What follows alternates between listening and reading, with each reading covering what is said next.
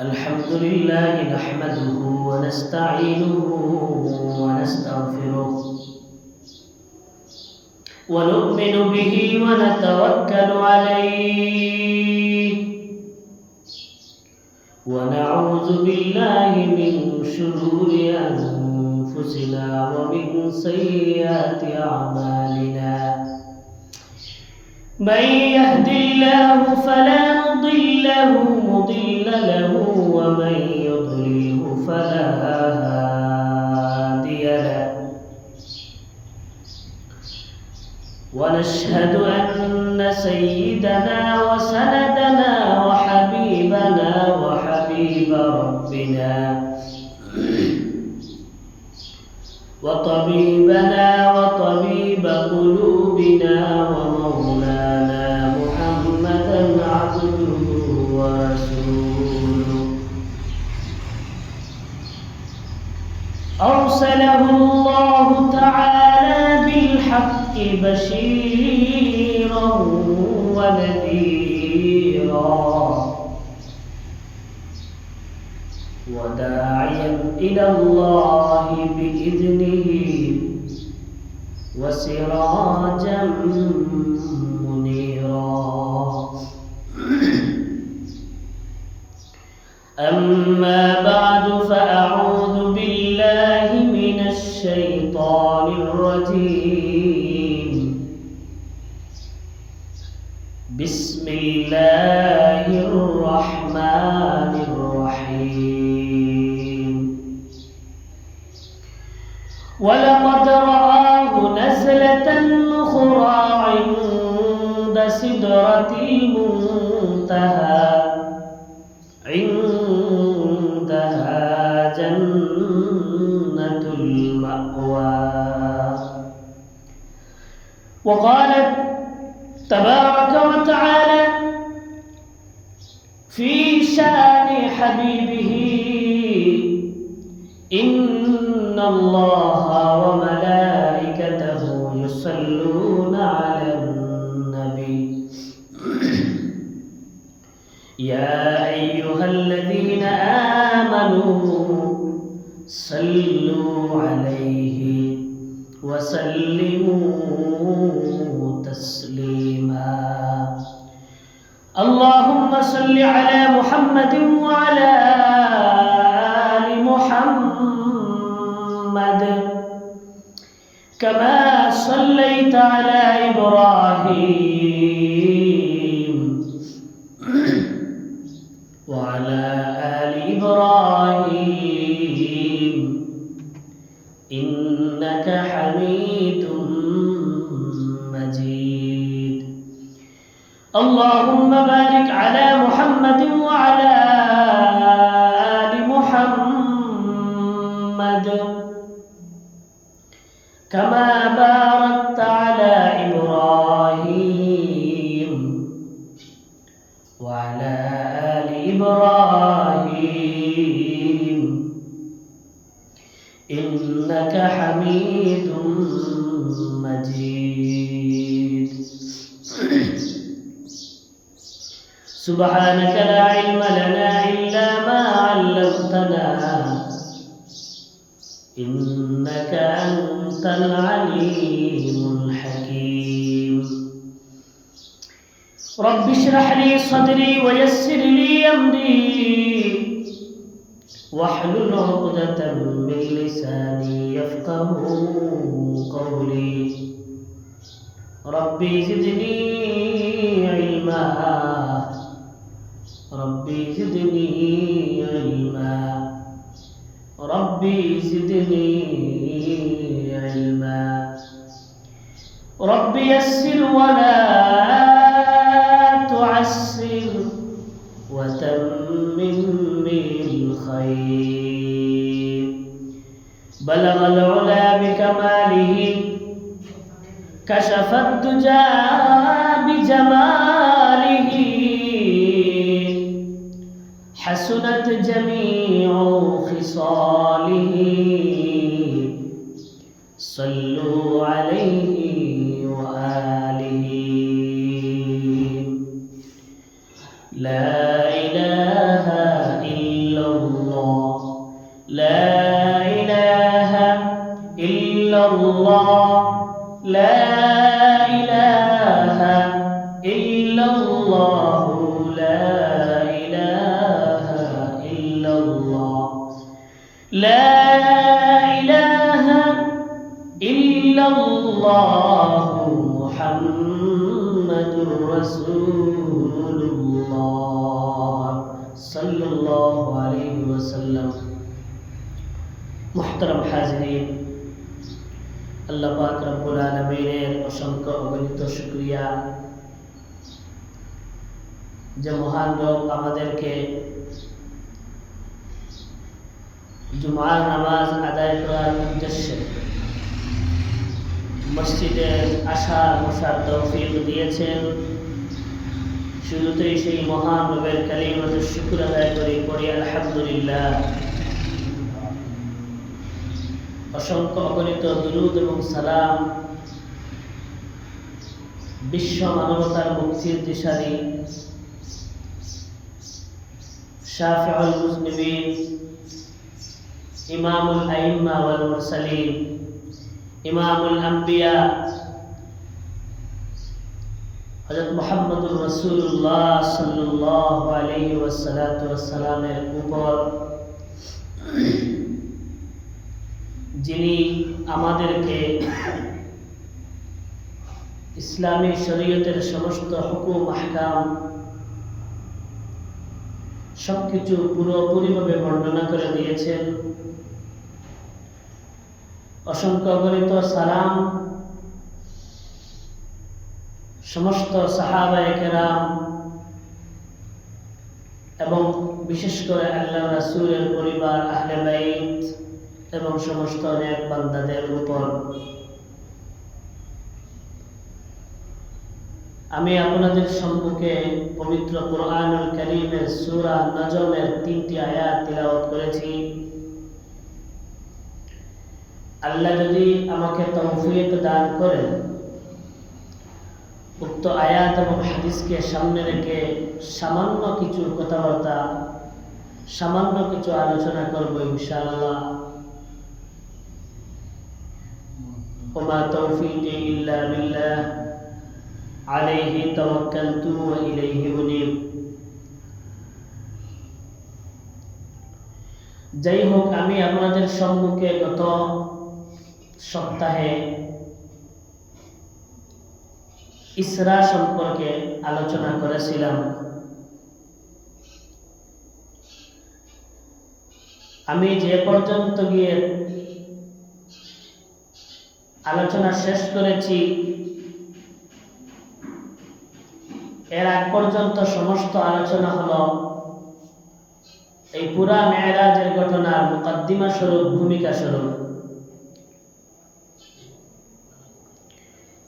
মেরাজের ইসরার শাব্দিক অর্থ, পারিভাষিক অর্থ এবং মেরাজের প্রেক্ষাপট ওইগুলা বর্ণনা করেছি। আজকে আমরা মেরাজের আলোচনা শুরু করব, যাত্রা শুরু করব ইনশাআল্লাহ। আমি বলছিলাম যে আল্লাহ রাসূল সাল্লাল্লাহু আলাইহি ওয়াসাল্লাম উনার চাচাতো বোন, যেই চাচার তত্ত্বাবধানে তিনি ছিলেন আবু তালিব, এই আবু তালিবের মেয়ে উম্মে হানি, এই উম্মে হানির ঘরে আল্লাহ রাসূল ঘুমিয়েছিলেন, শায়িত ছিলেন। এমন সময় হঠাৎ দেখলেন যে সাদ ফাঁক করা কে যেন এসেছে। তাকিয়ে দেখলেন আর কেউ নয়, ওনারা তো জিবরাইল এবং মিকাইল আলাইহিস সালাতু ওয়াস সালাম। এবার জিবরাইল আল্লাহ রাসূলকে বললেন, ওগো আল্লাহ রাসূল, চলো আপনাকে নিয়ে আজকে সফর করব আল্লাহর হুকুমে। আল্লাহ রাসূল সাল্লাল্লাহু আলাইহি ওয়াসাল্লাম জিবরাইল আলাইহিস সালাতু ওয়াস সালাম এবং মিকাইল আলাইহিস সালাতু ওয়াস সালামের সাথে যাত্রা শুরু করলেন। হযরত জিবরাইল আলাইহিস সালাতু ওয়াস সালাম আল্লাহর রাসূলকে ঘুম থেকে তুলে হাতিমে কাবায় নিয়ে গেলেন। ওই জায়গায় নিয়ে যাওয়ার পর আল্লাহর রাসূলের সর্বপ্রথম যে কাজ করা হলো সেটা হলো শক্কে সদর, সিনা চাক, বক্ষ বিদীর্ণ। বর্তমান আমাদের চিকিৎসা বিজ্ঞানীরা হার্টে কোনো প্রবলেম হলে যে অপারেশন করে, এটা আল্লাহর রাসূলের এই ঘটনা থেকে তারা শিক্ষা নিয়েছে যে একজন মানুষের পুরোপুরিভাবে যদি এইভাবে বুক থেকে নিয়ে নাভি পর্যন্ত সিধা হয় তাহলে কোনো অসুবিধা হয় না, আবার ভালো করে যেমন ছিল তেমন হয়ে যায়। এই ঘটনা তারা, এই শিক্ষা তারা এই ঘটনা থেকে নিয়েছে যে আল্লাহ রাসূলের সবটা সদর হয়েছে। কোরআনে আল্লাহ বলেন আলাম নাশরাহ লাকা সাদরাক, এর অর্থ হলো আমি কি আপনার বক্ষকে প্রশস্ত করি নাই? আল্লাহ বলছেন রাসূলকে আলাম নাশরাহ লাকা সাদরাক, আমি কি আপনার বক্ষকে প্রশস্ত করি নাই? এর মানে আমি আপনার বক্ষকে প্রশস্ত করেছি। কিভাবে? এই যে সবটা সদর, এই আল্লাহ রাসূলের সিনা চাক, এই যে সবটা সদর, এটা মোট 3 অথবা 4 বার হয়েছে। সর্বপ্রথম যখন আল্লাহ রাসূল ছোট ছিলেন, তার দুধ ভাইয়ের সাথে ছাগল চড়াইতে গিয়েছিলেন, ওই জায়গায় জিবরাইল আমিন আল্লাহ রাসূলের সবটা সদর করেছিলেন। এই উদ্দেশ্যে করেছিলেন যে শিশু সুলভ মানুষের যে একটা আচরণ থাকে, আর ইনি তো একসময় আখেরি নবী হবেন, শেষ নবী হবেন, নবুয়তের অধিকারী হবেন, তাই উনার আর অন্য 8-10 জনের মতো স্বাভাবিক শিশুদের মতো তো উনি নয়। এই যে অন্য 8-10 জন থেকে, অন্যান্য শিশু থেকে উনার একটা পৃথকতা, উনার একটা সম্মান, এজন্য আল্লাহ শিশুকালেই তার সবটা সদর করিয়েছেন। সুবহানাল্লাহ। এরপরে যখন আল্লাহ রাসূলের 20 বছর বয়স হয় তখন আরেকবার সবটা সদর হয়েছে। এই সবটা সদরটা কেন হয়েছে? যে এখান হলো যুব বয়স। মানুষের যুব বয়স হিসাবে মানুষের যে মনের যে অবস্থা হয়, উনি তো নবী, উনি তো আখেরি পয়গম্বর, উনি তো অন্য 8-10 জন মানুষের মতো না। উনার সম্মান বৃদ্ধির জন্য, অন্য মানুষ থেকে উনাকে পৃথক এবং শান বুলন্দির জন্য উনার 20 বছর বয়সে আরেকবার সবটা সদর হয়েছে। সুবহানাল্লাহ। এবার তৃতীয়বার যখন 40 বছর বয়সে আল্লাহ রাসূল নবুয়ত পাইলেন, ওই নবুয়তের আগে আরেকবার তার সবটা সদর হয়েছে। কেন না? এই যে নবুয়ত মানে কি? কোরআন, ওহী। এই কোরআনকে আল্লাহ পাহাড়কে বললেন কোরআনকে গ্রহণ করো, পাহাড় গ্রহণ করে নাই। জমিনকে বললেন কোরআনকে গ্রহণ করো, জমিনও কোরআন গ্রহণ করেন নাই। শেষে মানুষ এটা গ্রহণ করেছে। তাই আল্লাহর এই কোরআন এমন একটা ওহী, এমন বিষয় অনেক কঠিন। যখন ইকরা বিসমি রাব্বিকাল্লাযী খালাক সূরা আলাকের এই প্রথম 5 আয়াত নাজিল হয়, আল্লাহর রাসূল নাজিল হওয়ার পরে ঘরে আসলেন, এইভাবে কাঁপতেছেন। বুখারীর হাদিসে আছে, হযরত খাদিজা রাদিয়াল্লাহু আনহা বললেন, ওগো আল্লাহর রাসূল আপনার কি হয়েছে? যে আগে আমাকে কি করো, কম্বল দিয়ে বেরিয়ে ধরো, আমার তো এমন অবস্থা। তাহলে ওহী এটা খুব কঠিন জিনিস। পাহাড় গ্রহণ করে নাই, জমিন গ্রহণ করে নাই, ওয়া হামালাহাল ইনসান, মানুষ এটাকে গ্রহণ করেছে। তাহলে ওই যে নবুয়ত গ্রহণ করার মতো একটা কোয়ালিটি, এটা আল্লাহ তাকে দান করবেন। তাই তার আরেকবার সবটা সদর হয়েছে। এই হলো তৃতীয়বার সবটা সদর। সর্বশেষ নবুয়তের 7ম বা 8ম বৎসরে, হিজরতের 1 বা 1.5 বছর আগে, চতুর্থবার যেটা সবকে সদর, যেটা আমি আপনাদের সামনে একটু আগে বলেছি যে জিবরাইল আমিন আল্লাহ রাসূলকে হাতিমে কাবায় নিয়ে গেলেন, ওই জায়গায় সবটা সদর হলো। হযরত আনাস রাদিয়াল্লাহু তাআলা আনহু আল্লাহ রাসূলের 10 বছরের খাদিম, তিনি তো সব সময় আল্লাহ রাসূলের সাথে থাকতেন। তিনি বলেন আমি আমার নিজ চোখে আল্লাহ রাসূলের বুকের মধ্যে ওই যে সবটা সদর হয়েছে, বক্ষ বিদীর্ণ হয়েছে, সিনা চাক হয়েছে, এটা আমি আনাস আমার নিজের চোখকে প্রত্যক্ষ করেছি। সুবহানাল্লাহ। এরপরে আল্লাহর রাসূলের শক্কে সদরের মাধ্যমে কি হলো যে আল্লাহর রাসূলের বুকের বাম পার্শ্বের ওই নিচ থেকে, যেটাকে ইংরেজিতে বলে হার্ট, আরবিতে বলে কলব, ওই হার্ট বা কলবকে আল্লাহ বাহির করলেন। এই যে একটা মাংসের টুকরা, হাদিসে আছে না, আলা ইন্না ফিল জাসাদি মুদগাহ ইযা সালুহাত সালুহাল জাসাদু কুল্লুহু ওয়া ইযা ফাসাদাত ফাসাদাল জাসাদু কুল্লুহু আলা ওয়া হিয়াল কলব। মানুষের মুখের ভিতরে একটা গোশতের টুকরা আছে, ওই গোশতের টুকরা যদি ভালো হয়ে যায় পুরো মানুষটাই, পুরো শরীরটাই ভালো হয়ে যায়। আর ওই একটি মাত্র গোশতের টুকরা যদি নষ্ট হয়ে যায় পুরো মানুষের পুরো দেহটাই নষ্ট হয়ে যায়। এবার সাহাবাগণ বললেন, আল্লাহর রাসূল ওই গোশতের টুকরার নাম কি? আল্লাহর রাসূল বললেন আলা ওয়া হিয়াল কলব। আল্লাহর রাসূল বলে, ও সাহাবায়ে কেরাম তোমরা জানো ওই গোশতের নাম হলো কলব, কলব। এই যে আল্লাহর রাসূলের ভিতর থেকে সিনা চাকের মাধ্যমে, শক্কে সদরের মাধ্যমে ওই গোশতের টুকরাটা বাহির করে আনা হয়েছে। এবার দুইজন ফেরেশতা বেহেশতের একটা পাত্র নিয়ে হাজির, যেই পাত্রের মধ্যে ইলম এবং হিকমতে ভরপুর। সুবহানাল্লাহ, এই পাত্রের মধ্যে ইলম আর হিকমত। এবার আল্লাহর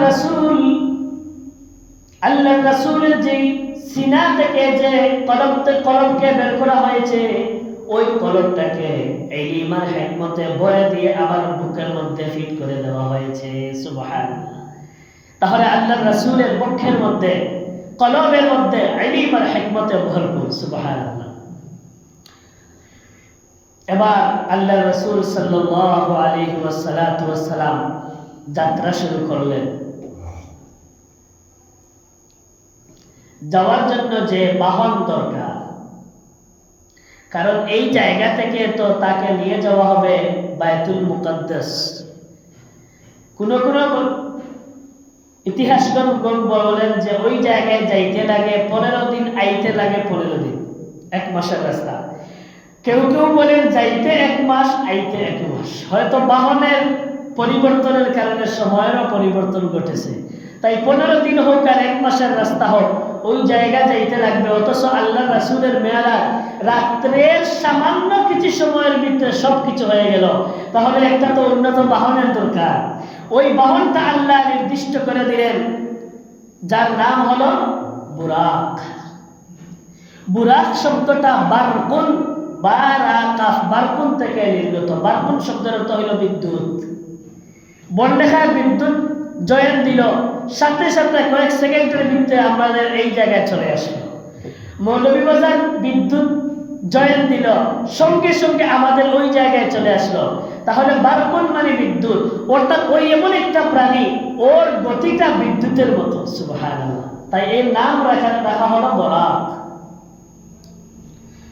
বিদ্যুৎ যেমন চোখের পলকের সাথে এক জায়গা থেকে অন্য জায়গায় চলে যায়, ওই বুরাকটা চোখের পলকের সাথে এক জায়গা থেকে অন্য জায়গায় চলে যায়। এমন গতি সম্পন্ন, দ্রুত গতি সম্পন্ন।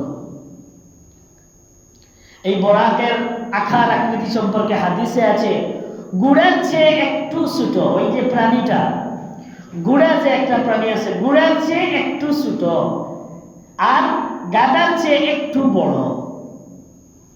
গাদার চেয়ে একটু বড়, গুড়ার চেয়ে একটু ছোট, ওই প্রাণীটা বুরাক। এবং ওর খেলার সম্পর্কে কিতাবে পাওয়া যায় সারা শরীর জুড়ে ওটা রয়েছে সাদা আকৃতি, সাদা রঙের।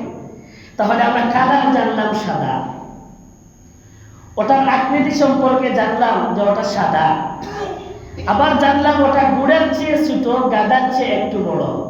আবার ওর গতি সম্পর্কে জানলাম বিদ্যুতের মতো।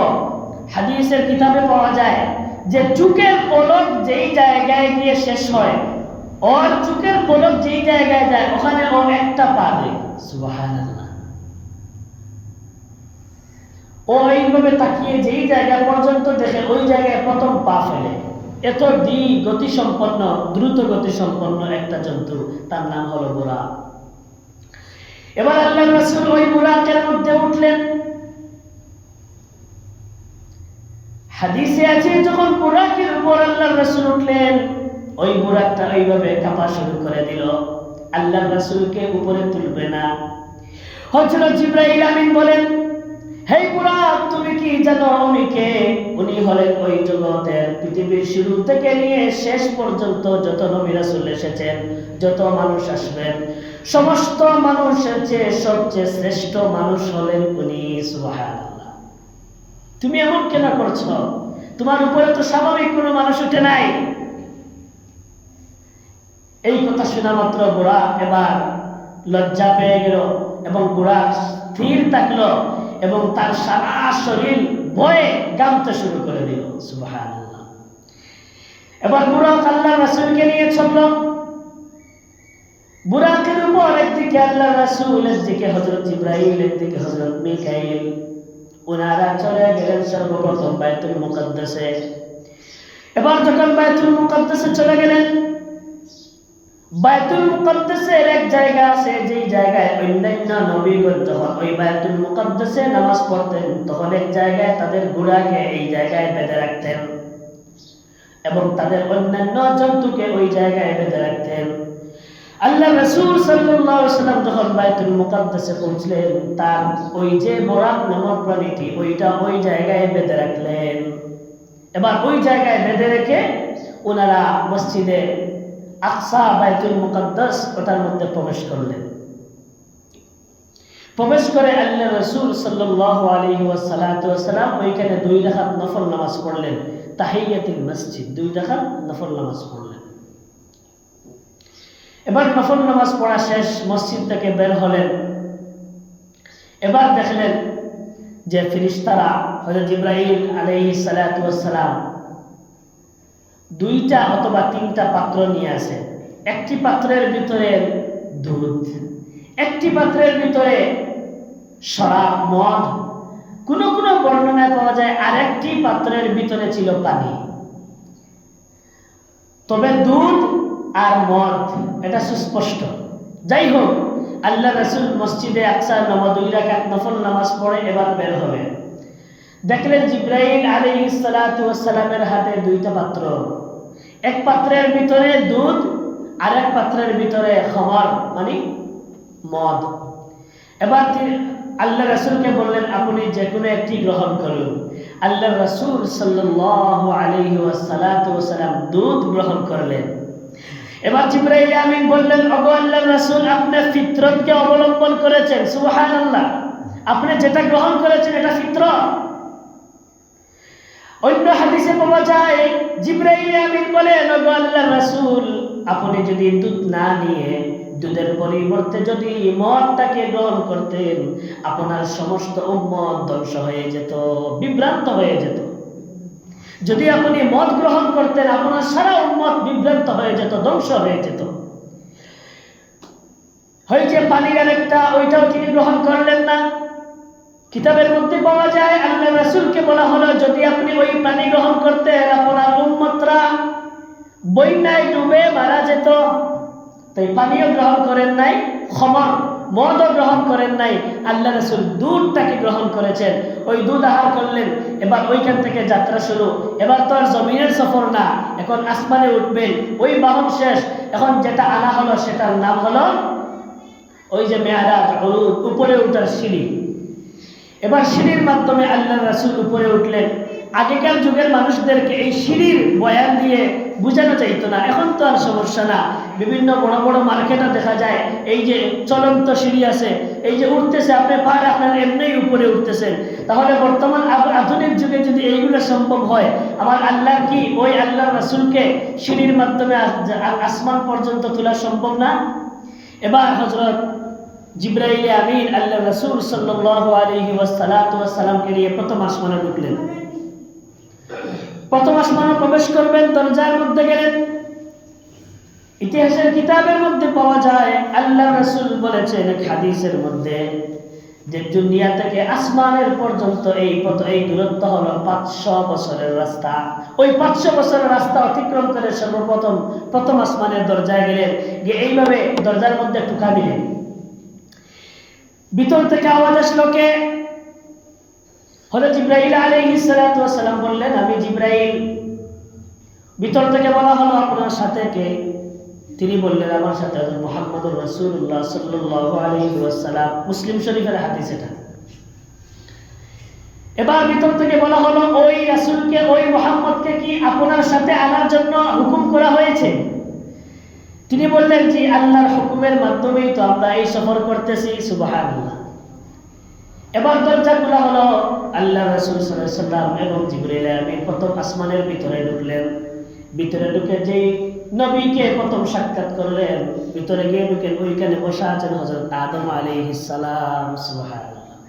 আদম আলাইহিস সালাম প্রথম আসমানের ভিতরে বসা। এবার দেখতেছেন হযরত আদমের সাথে সাক্ষাৎ হলো। আল্লাহ রাসূল বললেন, হে জিবরাইল, উনি কে? বলছেন, উনি আপনার আদি পিতা হযরত আদম নবী। এবার আল্লাহ রাসূল আদম নবীকে সালাম দিলেন। আদম নবী সালামের জবাব দিলেন। এবার আদম নবী বললেন, আপনার উপর শান্তি বর্ষিত হোক, হে আমার বৎস, হে আমার রাসূল, আপনার উপর শান্তি বর্ষিত হোক। তিনিও সালাম দিলেন, রহমতের দোয়া করলেন আমাদের নবীর জন্য। এবার আল্লাহ রাসূল বলছেন, ওই সফরে আদম নবীর বাম পাশে এবং ডান পাশে বিভিন্ন জায়গায় আমি অনেক মানুষ দেখতে পাইলাম, অনেক রূহ দেখতে পাইলাম। জিবরাইলকে বললাম, ও জিবরাইল, আদম নবীর ডান পাশে যেই রূহগুলা, ওইগুলা কি? এবং বাম পাশে ওইগুলা কি? হযরত জিবরাইল বললেন, ডান পাশে ওইগুলা হলো তার বাচ্চা আদম নবী। আদম থেকে শুরু করে কিয়ামত পর্যন্ত যত বনি আদম আসবে, যত সন্তানরা আসবে, সবাই একটা রূহ। আল্লাহ রাসূল বললেন যে ওই রূহগুলো আদম নবীর ডান পাশে অনেকগুলা এবং বাম পাশে, দুই পাশে, ডান পাশে অনেকগুলো রূহ, বাম পাশে অনেকগুলো রূহ। কিতাবের মধ্যে আমি পড়েছি যে ওই রূহগুলা পিঁপড়ার চেহারা, ছোট ছোট ছোট ছোট ছোট রূহ। কিয়ামত শুরু থেকে নিয়ে কিয়ামত পর্যন্ত যত মানুষ আসবে, সবার রূহ ওই আদম নবীর ডান পাশে এবং বাম পাশে। এবার বললেন, এই দুই পাশে কেন? হযরত জিবরাইল বললেন, ডান পাশের গুলা হলো জান্নাতি আর বাম পাশের গুলা হলো জাহান্নামী। এবার আদম নবী যখন ডান দিকে তাকান তখন ওই দিকে তাকিয়ে হাসেন, আবার যখন আদম নবী বাম দিকে তাকান তখন কাঁদেন। আল্লাহ রাসূল বললেন, উনি কাঁদছেন কেন? ওই দিকে তাকাইলে হাসেন, ওই দিকে তাকাইলে কাঁদেন কেন? জিবরাইল আমিন বললেন, কোন বাবা চায় না তার কোন সন্তান বেপথে যাও, জাহান্নামী হোক। আদম নবীও চাইছিলেন না কোনো মানুষ জাহান্নামী হোক, কিন্তু ওই যে বাম দিকের মানুষগুলা তাদের আমলের কারণে জাহান্নামী হয়েছে, নিজের সন্তান জাহান্নামী হয়েছে বলেই তিনি কাঁদতেছেন। আল্লাহ আমাদেরকে হেফাজত করুন। ওই যে বাম পাশের রূহ, ওইগুলা থেকে আল্লাহ আমাদের হেফাজত করে, আমাদের রূহটা যেন ডান দিকে থাকে, জানি না তো আমরা। যাই হোক, এই প্রথম আসমানের এই আলোচনাগুলো, ওই বিষয়গুলা ঘটল। এরপরে আল্লাহ রাসূল চলে গেলেন দ্বিতীয় আসমানে। কিতাবের মধ্যে পাওয়া যায় এই আমাদের জমিন থেকে প্রথম আসমানের দূরত্ব হইল 500 বছরের রাস্তা। আবার ওই যে আসমান, যেটা প্রথম আসমানের মধ্যে, আসমানটাই হলো আরো 500 বছরের রাস্তা দূর। আসমানটা এত, আরো 500 বছরের রাস্তা, শুধু আসমানের গভীরতা।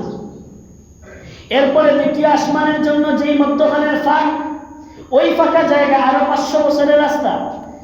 ওই ফাঁকা অতিক্রম করে দ্বিতীয় আসমানে উঠলেন। কিতাবের মধ্যে পাওয়া যায় ওই আসমানে ঢোকার পরে যেইভাবে প্রথম আসমানে ফেরেশতার সাথে আল্লাহ রাসূলের জিবরাইলের কথা হয়েছে, ওইখানে ঢোকার জন্য অনুমতি সম্পর্কে এইভাবে আবার কথা হয়েছে। যাই হোক, অনুমতি দেওয়া হলো, আল্লাহ রাসূল ভিতরে ঢুকলেন। ভিতরে ঢুকে গিয়ে দেখলেন দুইজন খালাতো ভাই, একজন হযরত ঈসা আলাইহিস সালাতু ওয়াস সালাম আর একজন হযরত ইয়াহইয়া আলাইহিস সালাতু ওয়াস সালাম। ঈসা এবং ইয়াহইয়া খালাতো ভাই কিভাবে? হযরত ঈসা আলাইহিস সালামের যে মা, ওনার তো আর কোনো বোন নাই, ওনার তো একা। যে ওইটা ডাইরেক্ট খালাতো বোন নয়, খালাতো ভাই নয়, ওটা ইনডাইরেক্ট কোনো নবীর মাধ্যমে হয়তো ওনার একটা ভাতৃত্ব সম্পর্ক আল্লাহ তৈরি করে দিয়েছেন। তাই উনা হযরত ঈসা আলাইহিস সালাম এবং ইয়াহইয়া আলাইহিস সালাম হাদিসের কিতাবে পাওয়া যায় খালাতো ভাই। যাই হোক, ওই দুইজনের সাথে আল্লাহ রাসূলের সাক্ষাৎ হলো, সালাম কালাম হলো। ওনারা জবাব দিলেন, আল্লাহ রাসূলকে ওনারা বরকত এবং শান্তির দোয়া করলেন। এবার চলে গেলেন এইভাবে তৃতীয় আসমানে প্রবেশের জন্য অনুমতি চাইলেন, অনুমতি দেওয়া হলো। ভিতরে ঢুকলেন, ওইখানে দেখা হলো হযরত ইউসুফ আলাইহিস সালাতু ওয়াস সালামের সাথে। এবার চতুর্থ আসমানে হযরত ইদ্রিস আলাইহিস সালাতু ওয়াস সালামের সাথে। পঞ্চম আসমানে সাক্ষাৎ হলো হযরত হারুন আলাইহিস সালাতু ওয়াস সালামের সাথে।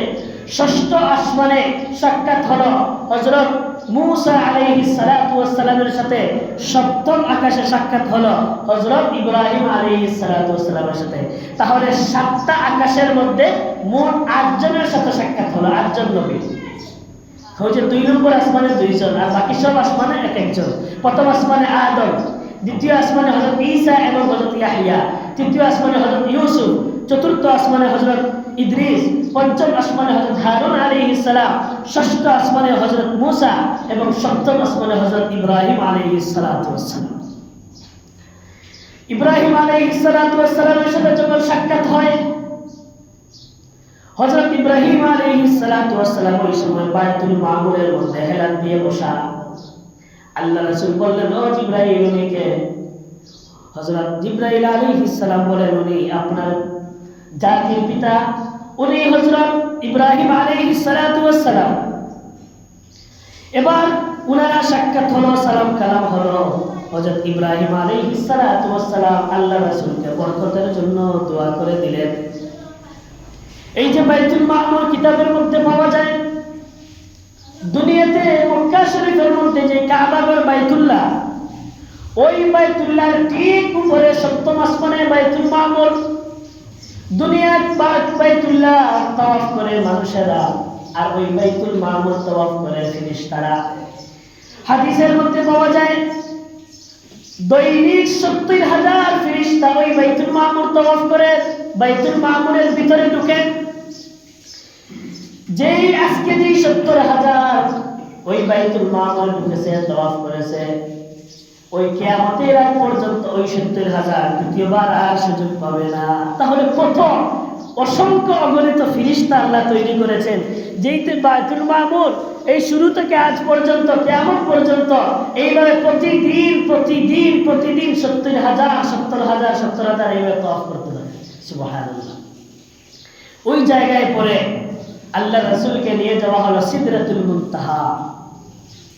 সিদরাত মানে বড়ই গাছ, কুল, আর মুনতাহা মানে শেষ, ওই শেষ প্রান্ত যেখানে একটা বড়ই গাছ আছে। কিতাবের মধ্যে আছে ওই বড়ই গাছের পাতা হলো হাতির কানের মতো, আর এক একটা ফল হলো মটকার মতো। ওই জায়গায় নিয়ে যাওয়া হলো। এরপরে আর জিবরাইল আমিনের পারমিশন নাই। এই পর্যন্ত জিবরাইল আমিন আল্লাহ রাসূলের সাথে ছিলেন। এরপরে আল্লাহ রাসূল একা চলতে লাগলেন। একা চলতে চলতে আল্লাহর সাথে সাক্ষাৎ, এরপরে জান্নাত জাহান্নাম সাক্ষাৎ, সব কিছু সাক্ষাতের পর আসার সময় আল্লাহ রাসূল সাল্লাল্লাহু আলাইহি ওয়াসাল্লামকে আল্লাহ 3টা পুরস্কার দান করলেন। এই আমাদের আল্লাহ রাসূলের উম্মতের জন্য 3টা পুরস্কার। অনেক মানুষ এই মেরাজের বিষয়কে অস্বীকার করে, অথচ আল্লাহ রাসূল নিজে বলেন, রাআইতু রাব্বি আযজা ওয়া জাল্লা, আমি আমার এই কপালের চোখ দিয়ে আল্লাহ রাসূলকে নিজে দেখেছি। সুবহানাল্লাহ।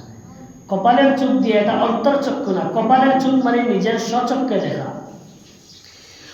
অনেক নবী রাসূলগণের মেরাজ হয়েছে, আল্লাহ রাসূলের মেরাজ হয়েছে, তবে আল্লাহ রাসূলের মেরাজ হয়েছে রূহানি ভাবেও হয়েছে, আবার শারীরিক ভাবে এই মেরাজটা হয়েছে। অন্যান্য সকল নবীদের মেরাজ হয়েছে, সব ছিল রূহানি। আল্লাহ রাসূলের মেরাজ মোট হয়েছে 34 বার, 33 বার মেরাজ হয়েছে রূহানি, আর একবার মেরাজ হয়েছে সশরীরে। এই মেরাজটা, এটা হলো একবার। কিন্তু রূহানি ভাবে আল্লাহর সাথে অনেকবার সাক্ষাৎ হয়েছে, এটা হলো রূহানি। যাই হোক, এই মেরাজ শেষে আল্লাহ কোরআনে বলে, ওয়ালাকাদ রাআহু নাজলাতান উখরা ইনদা সিদরাতিল মুনতাহা ইনদাহা জান্নাতুল মাওয়া। ওয়ালাকাদ রাআহু নাজলাতান উখরা, আমি জিবরাইল আমিনকে দ্বিতীয়বার অথবা পুনরায় ওই সিদরাতুল মুনতাহায় দেখেছি, যেখানে জান্নাতুল মাওয়া আছে। যাই হোক, এই পূর্ণ সফর হলো। এবার সফরের মাধ্যমে আল্লাহ পাক আল্লাহ রাসূলকে সান্ত্বনা দান করলেন। আখেরি জমানার আমাদের জন্য, এই উম্মতের জন্য 3টা পুরস্কার আল্লাহ দান করলেন। 1 নম্বর পুরস্কার 5 ওয়াক্ত নামাজ। 2 নম্বর পুরস্কার সূরা বাকারার শেষ 2 আয়াত, এই যে আমানার রাসূলু বিমা উনজিলা ইলাইহি মির রাব্বিহি ওয়াল মুমিনুন, এইটা থেকে শেষ পর্যন্ত। 3 নম্বর পুরস্কার মুশরিক ব্যতীত সমস্ত উম্মতকে আমভাবে একদিন আল্লাহ মাফ করে দেবেন, এই মাফের ঘোষণা।